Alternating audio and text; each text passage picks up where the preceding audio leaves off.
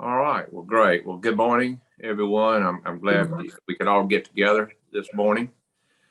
This is the beginning of School Choice Week. And every year, I really enjoy this week because it's an opportunity to talk about all the different ways in which we can tailor our child's education needs. To me, school choice means opening the door for parents and students from all backgrounds to individually choose education options that work for their children, including traditional public schools, public charter schools, public magnet schools, private schools, work-based learning, online academies, and homeschooling. During my time in Congress, I've been proud to serve as a member of the House Education and Labor Committee. Over the years, we've passed the Every Student Succeeds Act, which rolled back much of Washington's control over K through 12 education and returned the decision-making back to states and local school systems to design their own goals, accountability, systems, and standards. I was also proud to support the reauthorization of the Perkins Career and Technical Education Act to expand the ability for students to explore career and technical education programs, career pathways that are aligned with the industry needs.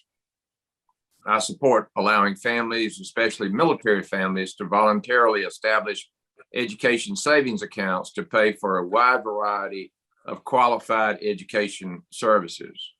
I support legislation that will provide a federal tax credit to encourage individuals and businesses to donate to education nonprofit scholarship funds so that no student is limited because of their family's financial resources. I look forward to hearing from each of you today and learning more about Georgia's students and how they're benefiting from the education support that you are providing.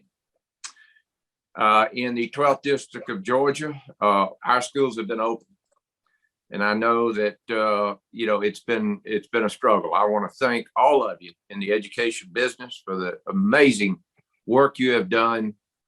There are districts in this country, congressional districts, schools have not been open for over 2 years. And I tell you, I don't know what the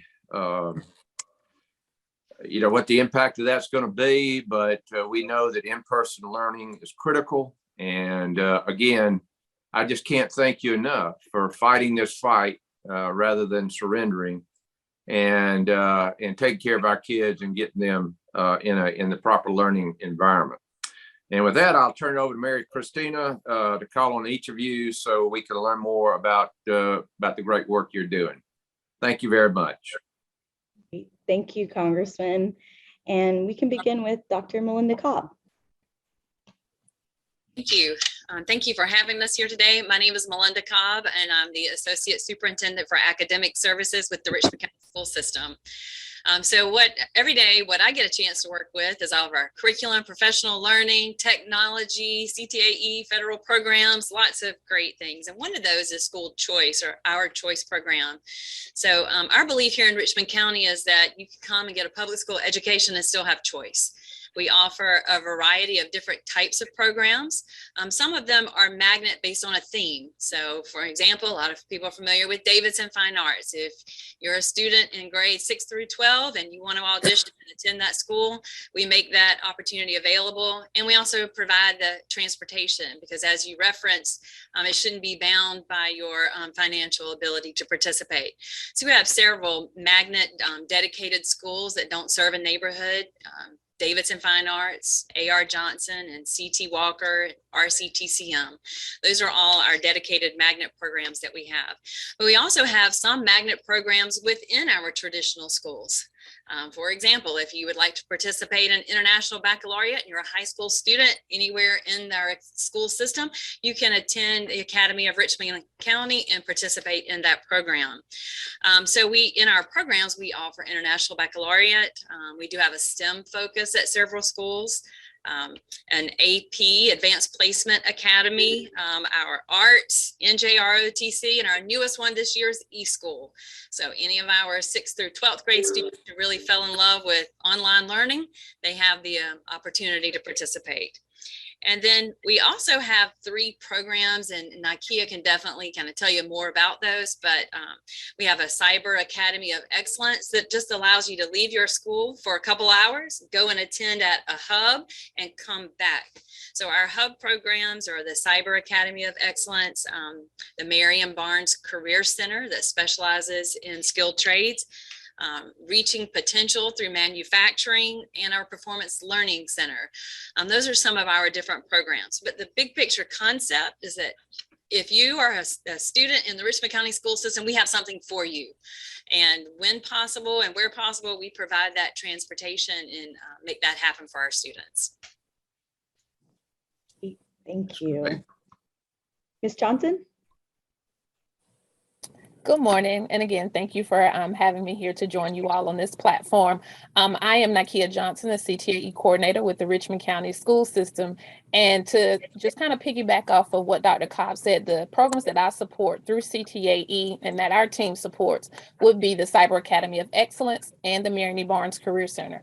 Again, as stated, the Cyber Academy is held at one of our local high schools where our students can come from across the district to be trained in cybersecurity, not only to get that skill set, but also to prepare to take the Security Plus. And then at the Marion Barnes Career Center, we focus on skills trades such as carpentry, welding, cosmetology. And again, those students attending those programs come from across the district and they're able to learn that skill set so that we're preparing them for the workforce. So that's the work that we support when it comes to school choice. Thank you. Dr. Tucciaroni? Thank you. So at Heritage Academy, we're a faith-based school. So that's an additional, it's very critical to our mission, and it allows for, we have allowed for access of parents who want to include that as part of their child's education. And we have recently added 6-week-old to 4-year-olds to our program in order to reduce some of the barriers that children have upon arriving at kindergarten. We realize that parents are looking for childcare, but because we're a school, we're a learning academy. And that is our emphasis in those years. We've been around since 2001. We are able to provide this access by scaling tuition to income. When people think of private schools, they often think of the tuition is usually a barrier to parents who can't afford it. Well, we reduce that by accessing tax credit scholarships and also donations, allowing for our parents to attend. We serve, the majority of our parents are low and moderate income. And so we truly believe we're giving access to some of the most vulnerable families in our community. Thank you. And Mr. Duprey? Sure. Thank you very much for having me. My name is Arthur Duprey, and I'm the president of Arete Scholars. And I'd love to thank you, Representative Allen, for obviously bringing this dynamic group together, people that are very passionately fighting for kids and for families and for opportunity, certainly across Georgia, but specifically in your district. And I'll tell you one thing really quickly before I jump in about Arete is I feel uniquely blessed to work alongside people like Linda Tucciaroni that is in the trenches every day, fighting for families and really empowering them and forming them on a daily basis. And so at Arete, we're very honored to work alongside leaders like Linda and like schools such as Heritage Academy, and also great people like Christyiggins and Jamie Lord at AFC that are just doing unbelievable work, creating a massive impact on families in Georgia every year. You know, with Arete, I have to say that we're kind of a hub of hope and opportunity. We have the opportunity to work in between various demographics and stakeholders, whether it's people like AFC, schools like Heritage Academy, legislators like yourself, Representative Allen, or other great community partners, including families and you know, those children as well. But with Arete, we operate from a simple belief, and it really is that every single child from every family is really born with a unique skill set and talents and dreams, and they deserve that opportunity to learn in an environment where those dreams and those gifts flourish. And the way we do that is through empowering parents with not just K through 12 scholarships to the school of choice, but it's empowering them with freedom, the freedom to choose, the freedom to move with their feet and to choose the school, whether it's the elementary school or high school, that'll best prepare their children for a college or a career or for life. And since 2010, we've done that and more, with over 13,000 life-changing scholarships and over $56 million provided through this tax credit scholarship program that Linda was alluding to.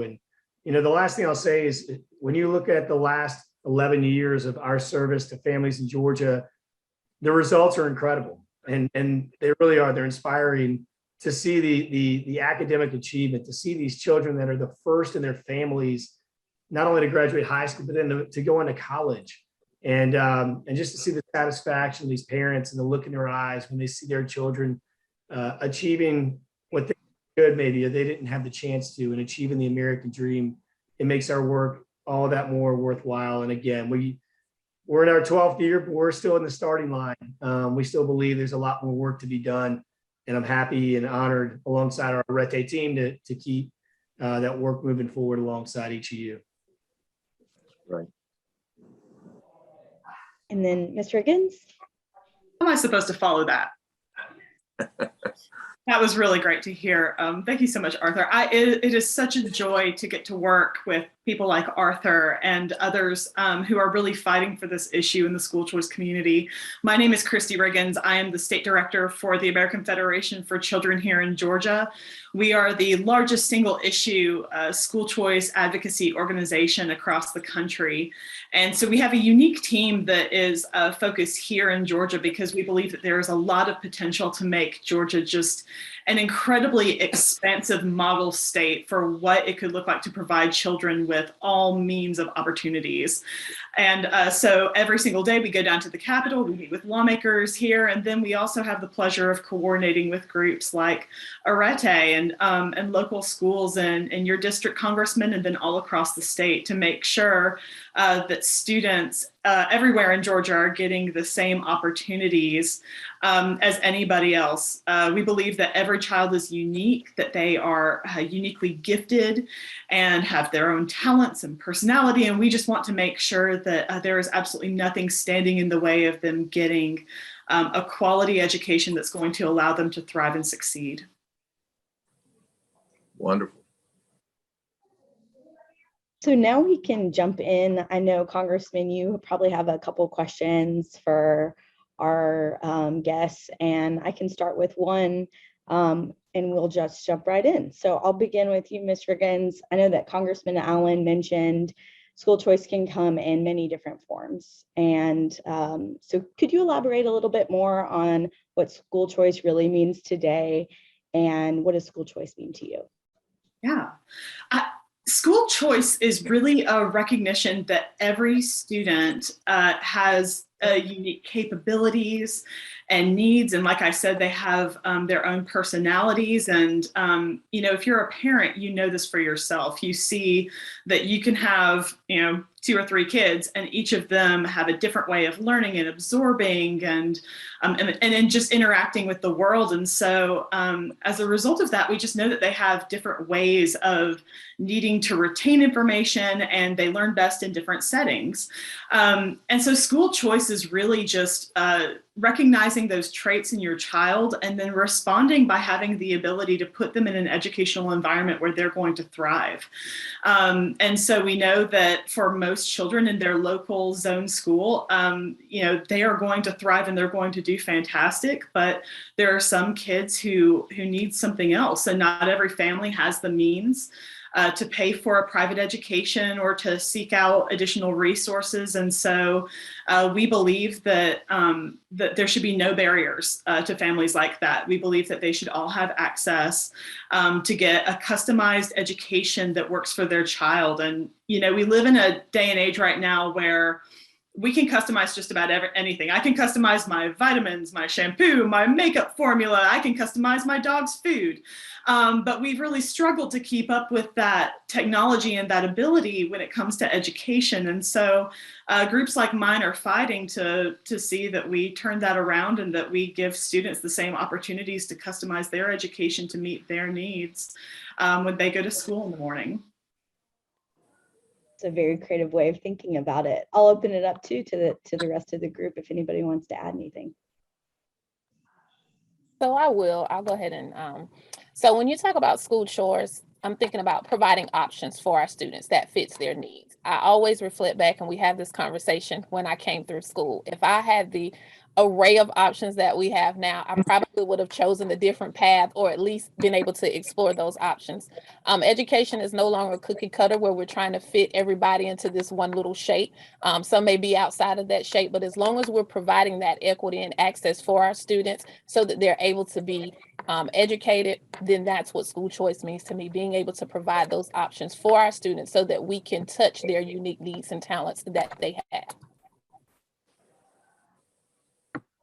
Yeah, I'll jump in really quickly and echo that. And that's so well said by both those ladies. When I think of school choice, I think of two things. One is it's personal to me.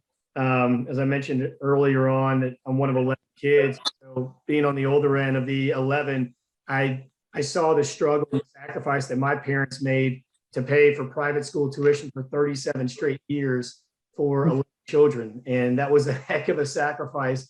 Some people call that retirement, but that was sacrificed and poured out so that we can have the best education, so that we can have the best opportunities in life. And you just alluded to, it's about empowering parents with that same opportunity, giving kids, regardless of where you come from, what your parents do, that you have the same ability, the same opportunities that every child should have. And that is to not only get a great education, but to really realize your God-given potential, what you were put on this earth to do. And education is one of the great equalizers, and it's that ladder up and that ladder out. So to the extent that we can facilitate that, it only makes that child's life better. It changes that family generationally, and in doing so, we impact the community and a state as a whole. And that's why we're here, right? That's what it's all about. Anyone else? You know, hearing from the two leaders from Richmond County, it's very exciting, isn't it, to see the broadening, continuing to broaden choice in this county. And I'm actually pretty encouraged by that, to hear of the Marion Barnes Career Center. I've told people the RPM, man, why isn't that out there that every resident of this county knows about, and that we're not? But I think it's exciting to see that this is not isolated to just a narrow lane in the county. That's very encouraging to me. Thank you, Ms. Johnson and Ms. Cobb, for pointing that out. The Cyber Academy of Excellence. We talked about, somebody mentioned the big picture, right? It's about children, isn't it? It's not about jobs. It's not about point of view. It's not about politics. The big picture is about creating opportunity for children and doing what is best for children, empowering parents. I'm actually pretty excited to participate and hear of these different avenues throughout our county. And I thank you, Representative Allen, for bringing us together to hope that we would all collaborate in doing what is best for children. I think that's, sort of code around heritage is what we're doing best for children. Not because we've always done it that way, not because it secures a job for anybody, But let's just keep the first thing the first thing. Thank you. And I know Congressman Allen, you probably have a few questions for the Yes, group as and well. Linda, the reason I ran for Congress is because of what I saw that you were doing there at Heritage, and the impact that it was having on those who were challenged because of where they lived or their situation at home. And what impacted me was I said, we don't want to lose one child in Richmond County. We don't want to lose one child in the 12th District of Georgia. And how do we go about that? And of course, one of the things I heard when I was campaigning from teachers is we're so restrained by compliance and all of this top down that we were under No Child Left Behind. And I think it had good intentions when it was passed, but unfortunately, the Department of Education at the federal level was continuously requiring reporting, and really we weren't getting a lot of benefit from a lot of the testing and things like that. So I hit the ground running and led the effort to pass what is called the Every Student Succeeds Act in 2015. And a couple of things we wanted to do there is we wanted to restore schools to local control, local and state control. We wanted to apply flexibility in funding because like we've talked about here, every child is different, every need is different. We've seen a lot in Richmond County and education initiatives that Dr. Cobb, you're using, and we're seeing that across Georgia. Where are you seeing is what we've done at the federal level improve things, and how far what else do we need to do to give you the tools you need to make sure we don't lose one child?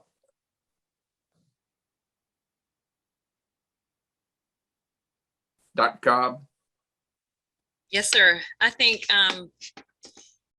some of the flexibility that we've been able to have under the strategic waivers has helped, because as a school system across Georgia, we can apply for those waivers, and then it's a waiver from many of the state mandates, and that has been helpful, and it does give us some flexibility. So that is an area that I really think has helped. Certainly with the funding, I'm just trying to think of where to start. When you first had it with ARP and with CARES, there's been so much with our funding that we've had a lot of flexibility at the local level to determine how we want to use that. Now with the latest ARP, we're beginning to get some restrictions and some different guidance. So some consistency there would certainly be helpful, so that some of the ideas we submitted and were approved, we're now having to backtrack. I'm sure you've probably, I see Mary Christina nodding, Yeah. You've probably heard that. Yeah. And so that's unfortunate. Yeah. that is an area where we could use some support, Yeah. but definitely just the conversation around the idea that choice is not defined by your neighborhood and your geographic region. You don't have to go to the school in your zip code, whether that's public school, private school. And we happen to believe that they all work together because our kids all need different things. So I just know that we're open to that kind of dialogue. And I think many school systems are, because like you, we know each student has their own individual need, and we want to meet that need. Wonderful. Anyone else like to comment on my question?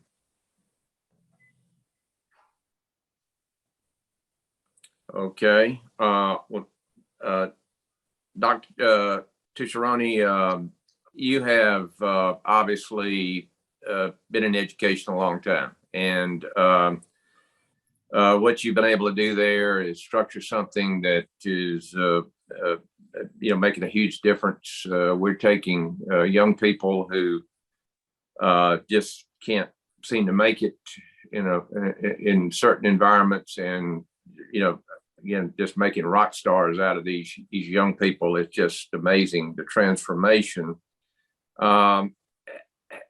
as far as the parents and the community buy-in to sustain these programs, how do how did you get that initially, and how do you keep that going? That's a good question, because one of the pillars that of our values is partnership. And so one thing we never assume is that, so assume nothing, teach everything, model everything. So what we need parents to be partners, don't we?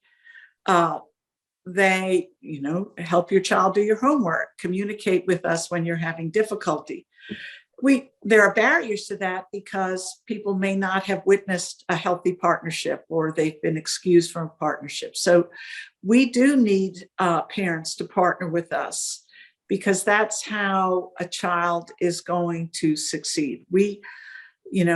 Parents are the first and most important teachers. I will say to a parent, you do not want me to be your child's mother. That's your job, and it's irreplaceable. Or you don't want me to be your child's father. So we work hard at helping parents understand that they have to be a partner. We're not cutting them out of the equation. We're building on it. It takes time to do that. And we're going to provide education and understanding for that to take place, but we can't exclude it. And so we've sort of revamped our playbook this year and made that an essential part of our success. And we're willing to teach you how to be a good partner if that's something that you don't quite understand just yet. Okay. Anyone else? Thank you for your kind words, by the way. Yes. Well, it's been a joy to work with you on that project. And as far as one of the other things that I learned when I decided to run for Congress, in visiting not only with the business community but also with the education community, is that there is this disconnect.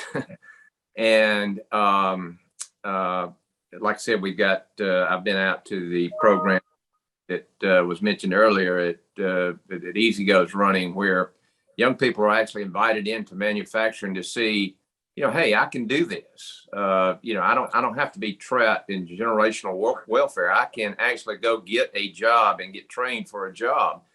And so, we've got industries across the state and nation who are looking for, like I said, work. Everywhere I go, all I hear is workforce.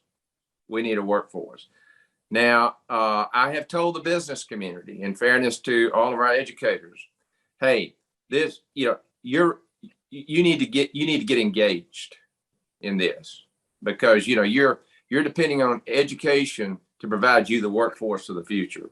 And this workforce of the future is going to look very, very different than the present workforce. So it's going to require a lot of flexibility of funding and things like that.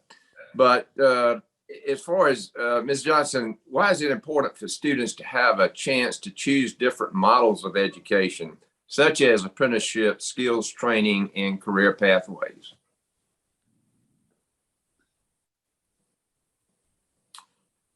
Need to unmute. I got you. So as you stated earlier, all of those initiatives and various different opportunities like work-based learning and apprenticeships offers and help those students and recruit for the workforce. So that's the work that we do in CTAE when we're doing the work-based learning and providing those opportunities. All of those are experiential learning that they're getting. So they're able actually to go into those businesses and get the hands-on experience. So those skills that they're learning and the information that they're learning in the career pathways, they're able to take that and then build upon that in the actual workforce. So I would just say, again, it's helping to create that pipeline, that talent pipeline of high skilled, developed, workforce ready employees once they leave, whether they're going directly into college or they are going into the world of work. And then the thing that we try to convey to our students and our teachers in CTAE is, regardless if we're focused on our manufacturing or cosmetology, those are still transferable skills that they can use from one industry to another. So again, just allowing them to be able to build upon that from the career pathway into the workforce. Well, I will tell you, we were on the call with all of our healthcare professionals throughout the district last week, and everybody's running about 50% capacity because we need healthcare providers. So I can tell you that field is wide open, and I don't see that. I see that being a great career opportunity in the future among many of the others that we have here in the 12th district. We talked about cyber. We talked about all the opportunities we have here. It's just amazing how we've been blessed in that regard. Mr. Duprey, federal, state, and local education funding is limited. And, like I said, it usually comes with strings attached. How can private and scholarship funding come alongside and support our Georgia students and the kinds of things we're talking about doing here today? Sure. Well, I really appreciate that question. I think there's a couple ways to answer that.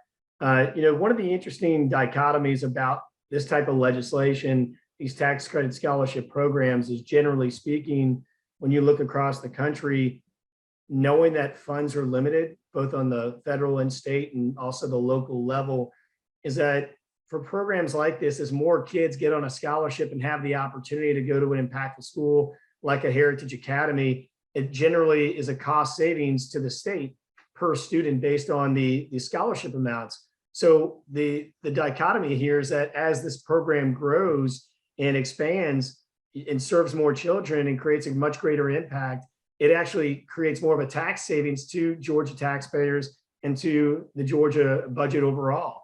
So I think that is important to always understand as legislators and as community leaders, is that this program is actually generative in nature, and not only how it supports kids, but how it increases funds that are allowable to the state to reallocate into really important initiatives like workforce development, like early childhood literacy and learning. The other thing I would say is the intriguing pieces about this tax credit scholarship program and programs like this is that it's still such an unknown sometimes, where you go and you talk to businesses, you go and talk to corporations and business owners, and they have no idea that this program exists. And so I think there's a great opportunity for collectively to really expand the awareness of programs like this, where it really is kind of a no-brainer to redirect some of your tax liability in support of a child, in support of your community. And to the extent that we can make more corporations and partners aware, it only serves our state better, it serves these families better. So that's something that Arete is working very hard to do, is to roll up our sleeves, get in the trenches alongside school leaders like Linda and people like AFC to make sure that we are making families aware of this opportunity, making potential donors aware of this opportunity, and also creating value in the lives of our stakeholders so that it can have a great impact moving forward, whether it's through just the scholarships or even trying to create an additional bridge beyond that through more resources and opportunities for our families like workforce development. Anyone else like to chime in on that? Yeah, I'd like to jump in because, Congressman, a couple of questions back, you had asked about creating buy-in, and I think that Arthur just made a really good point. And I work on this issue from a very different angle. So what I see is that parents almost have this immediate buy-in. If you have an experience where you see your child go from struggling and anxious about school and it just not working for them to going to an environment where all of a sudden they're thriving, parents are bought into this program very, very quickly. But I do always find it just sad. Our big challenge is just letting families and letting parents know about it, and then also letting community and business leaders know, because it is about the child. It's not about, it's not necessarily about workforce development or taxpayer savings, but those are all benefits of it.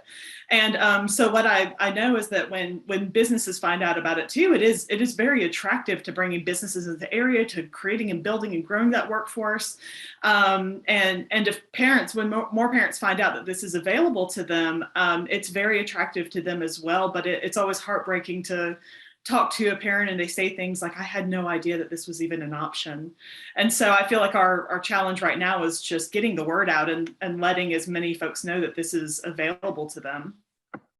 Why do you think that Georgia has been the #1 place to locate your business in this nation 8 years in a row?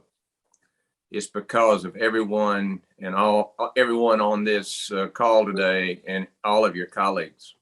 Because the #1 criteria for a business locating in our state is an educated, skilled workforce. And I want to congratulate you for 8 outstanding years of being the best in the nation. Of course, obviously, we got a lot of challenges going forward.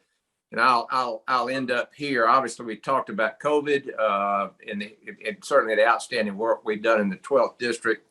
A lot of challenges. Just real quickly, we'll wrap up with some lessons you've learned, and have you continued to make sure that our students will be successful through this. That I may use, because this question comes up a lot in hearings in Congress and whatnot. That I can kind of express, hey, this is what we're doing, and we're getting through this. So I'll just open that and allow each attendee to respond. If I may. So one of the things we know, I mean, it's everywhere, that COVID has caused more of our students to be behind, because particularly if they're from a marginalized family, a marginalized neighborhood where they haven't had access to online or adequate supervision at home when they have been online. We certainly saw that in the applicant pool to Heritage Academy last year. We saw that, we had I'll just give an example, we had 12 second graders apply for 3rd grade. And we could only offer a 3rd grade seat to, I think, 2 of those students because they were so far behind. So we had to ask ourselves, wow, if we stay the same way, we're going to shrink as a school. We're going to provide less access instead of more. So what are we going to do? What is Heritage Academy going to do to address the current effects of COVID, which we're going to see for years to come, not just we're expecting billions in the impact to the economy because of an undereducated workforce, right? So we're developing something called a bridge program. And I'll be careful. What do bridges do? They provide access from one area to another, don't they? So we're creating this on-ramp program, summertime program, intensive, to get new applicants to our school ready to merge into I-20 at Heritage Academy, ready to enter the classroom here and to provide additional intensive supports for those new applicants coming into our school who are behind for various reasons as a result of COVID. And I think the size of our school, the funding of our school allows us to pivot to do that, because we're committed to having access to low-income families who want the choice to come here. And I'm pretty excited about that, because we're simply doubling down on the reason why we exist. We certainly have some catching up to do. Anyone else like to chime in on that? So a couple of Congressman. lessons learned. Oh, okay. Oh, okay, sorry. Was flexibility and creativity. So what we've learned in order to close those learning gaps, we've had to think outside the box and be creative. So we're doing like summer programs or after school programs in order to get that extension of learning for those students, or what they've missed during this particular time.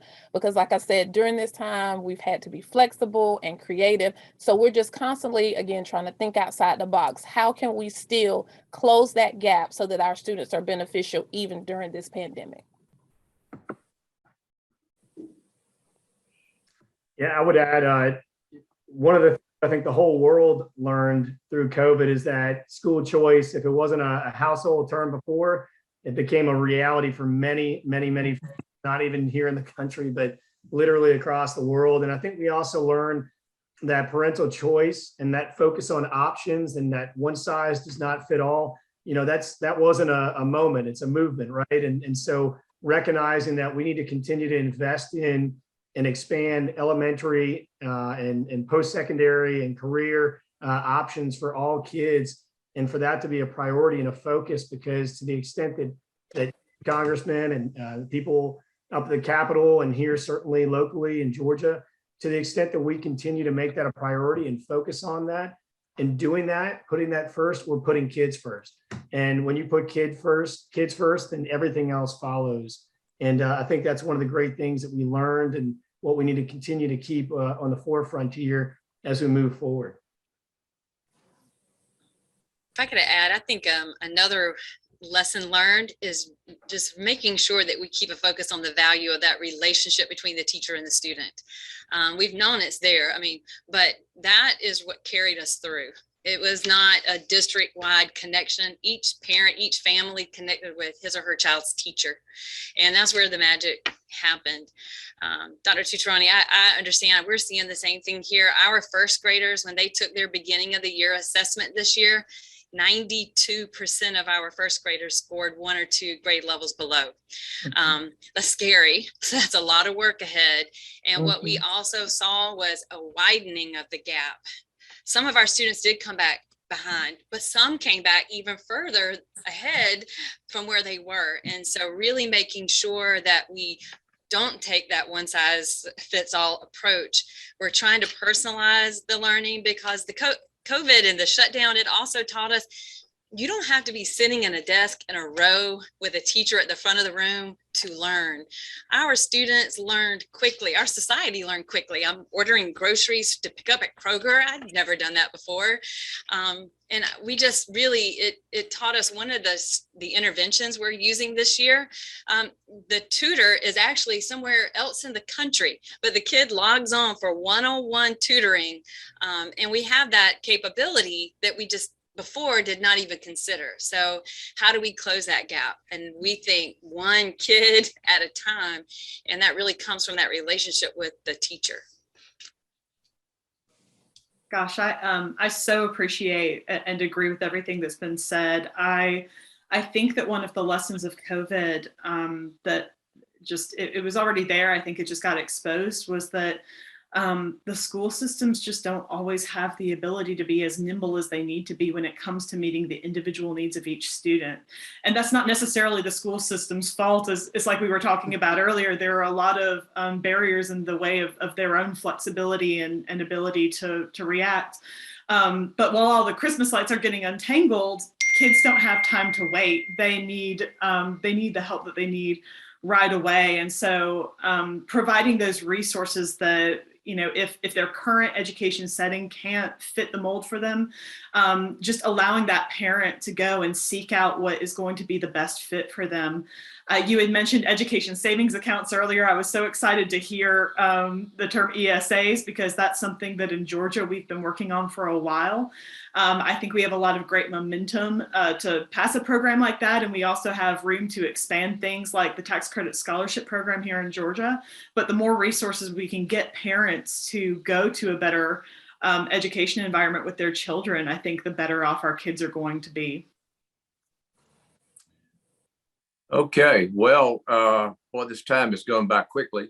One of the things, because it was mentioned earlier, and I'm hearing this from the healthcare industry and other industries as well, is that one of the things that we provided, a couple of things that we provided, and it was very bipartisan, was one, to save lives. Obviously, we had to shut the economy down, but then to supply the funding necessary and the flexibility you need and everyone needs across the nation to adapt. And, that's what's great about America, is we learn to adapt pretty quick, and we're also very innovative. And particularly if you put the power in the hands of the people rather than this top-down business that I'm fighting in Washington every day. I said, this country has always been a grassroots country. And that's how education, that's how we became, a superpower. And so, and one of the largest economies in the world. So we got to get back to that. We got to get back to empowering people to innovate and do what God created them to do. I want to thank you again for joining us today. It's important that we stay in communication. Obviously, there's some differences of opinion in Washington, and in fact, I'm fighting the status quo. I'm just giving an example of childcare. And Linda, you kind of gave this idea to me, and I've talked to some pastors in the community as well. Is like for the church, a great service for the church would be to offer childcare. They got facilities, and you pay based on maybe your income level or whatever. Plus, that would allow a lot of single moms to get training and to start a career. And of course, we know the opportunities out there in the workplace are just we've never seen opportunities like this. So we're looking at a lot of different things that we can do to make sure that our students. Here's the issue. If a young person is not reading at the third grade level, by the time they finish the third grade, they're likely not going to graduate from high school. Now, if they don't graduate from high school, probably the only place they're going to find to make a living is on the streets. And we know that is not a good place to be. And we know the result of a lot of that. So we've got to figure out a way to make sure that we don't lose one child. And if we do that, y'all, we'll change a generation. I mean, you will see. I mean, you will see crime disappear. You will see you will see a lot of things. People will have hope because we know that we were created to work. We were created to be responsible and obviously provide for our families. So it's important that we continue this dialogue. I want to thank each one of you. We're in this fight together. I've got your backs, and I want to hear from you. And I want to give. It matters not where you come from. Like Ben Carson. Ben Carson is one of my best friends, and actually, Candy and my wife Robin are very close friends. But Ben, he came through the same. He had to deal with the same kind of problem, and his mother said, "Okay, the two boys, you're gonna learn how to read." And he went to the top of his class, and obviously he's a neurosurgeon, and served in the cabinet. So that's the kind of things, that's the kind of stories we want to hear out there. And like I said, we want to make that available to every child in this country. And so that's what we're working toward. I think it's a worthy goal. And it's certainly along with that comes the teaching of values.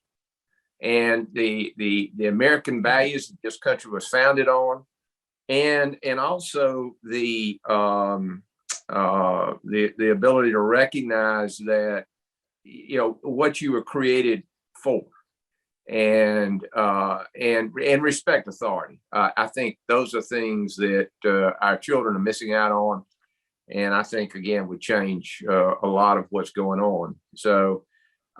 I look forward to working with each one of you and making those dreams become a reality. And look forward to continuing this important conversation. And I thank you very much for your time and your stewardship of our young people. Thank you very much. Thank you.